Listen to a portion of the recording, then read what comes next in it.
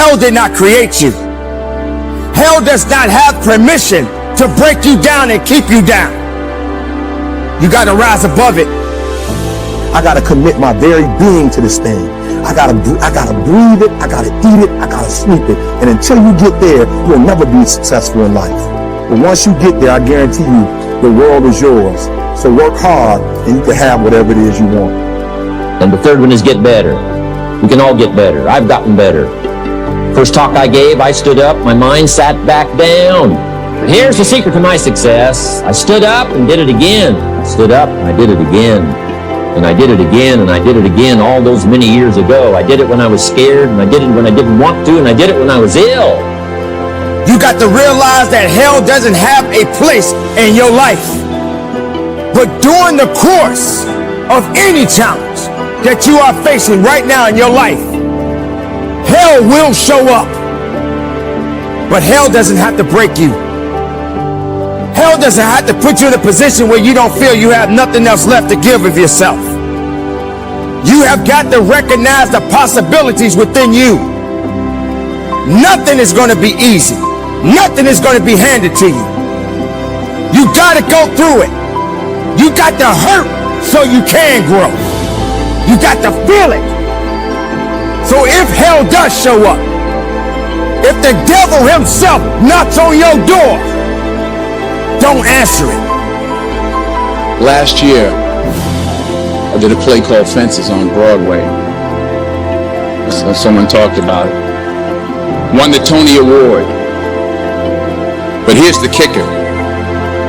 It was at the Court Theater. It was at the same theater that I failed that first audition 30 years prior. Reggie Jackson struck out 2,600 times in his career, the most in the history of baseball, but you don't hear about the strikeouts. People remember the home runs. Fall forward. Thomas Edison conducted 1,000 failed experiments. Did you know that? I didn't know that. Because the 1,001st was the light bulb. Fall forward. Now, I'm sure in your experiences in school and applying to college and picking your major and deciding what you want to do with life, I'm sure people have told you to make sure you have something to fall back on. Make sure you got something to fall back on, honey. Don't give it the satisfaction. Make a difference. Move forward. Do something unique in your life. Whatever challenges you are facing, let them come. Whatever obstacles that you face, let them come. How can you grow if everything is easy? How can you grow if everything is handed to you? How can you truly ultimately be a leader in your life if you're not willing to go over the top and get to where you need to be? This is the time right now, ladies and gentlemen. So if you gotta suffer, suffer the right way. It's in the fight. Understand that you have a purpose. Making it happen, believing in yourself. So let hell do what it has to do. When I went to college, guys were way smarter than me. 4.0s, 3.0, they went to the Ivy League high schools, came to Oakwood from these great high schools. Most of them are not doing what I'm doing. Why? Because it's not about where you come from. It's about heart. You come to a place where, being smart ain't enough. You gotta have heart. Don't go to sleep until you succeed. There are a lot of people that are sitting around waiting for something to happen. Now, what you gonna do about it? We're getting out of college and we haven't the faintest idea what we want to do. So I always ask the question, what would you like to do if money were no object? Until you can develop influence that won't quit. Touch people next year you couldn't touch this year. Touch people now you couldn't touch before. Conduct a meeting now you couldn't conduct before. Heart and soul now mixed in there that wasn't there, missing before.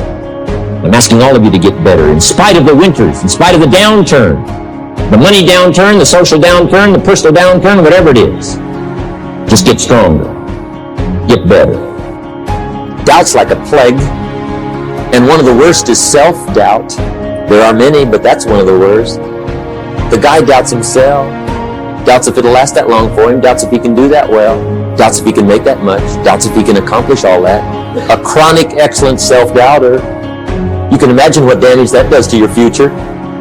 So here's the key. Turn this coin over and become a believer. And there's many things to believe in. One of the majors is yourself. How would you really enjoy spending your life? Well, it's so amazing. As a result of our kind of educational system, crowds of students say, well, we'd like to be painters, we'd like to be poets, we'd like to be writers, but as everybody knows, you can't earn any money that way. Or another person says, well, I'd like to live an out-of-doors life and ride horses. I said, you want to teach in the riding school? Let's go through with it. What do you want to do? When we finally got down to something which the individual says he really wants to do, I will say to him, you do that. And forget the money. Because if you say that getting the money is the most important thing, you will spend your life completely wasting your time. You'll be doing things you don't like doing in order to go on living, that is, to go on doing things you don't like doing, which is stupid.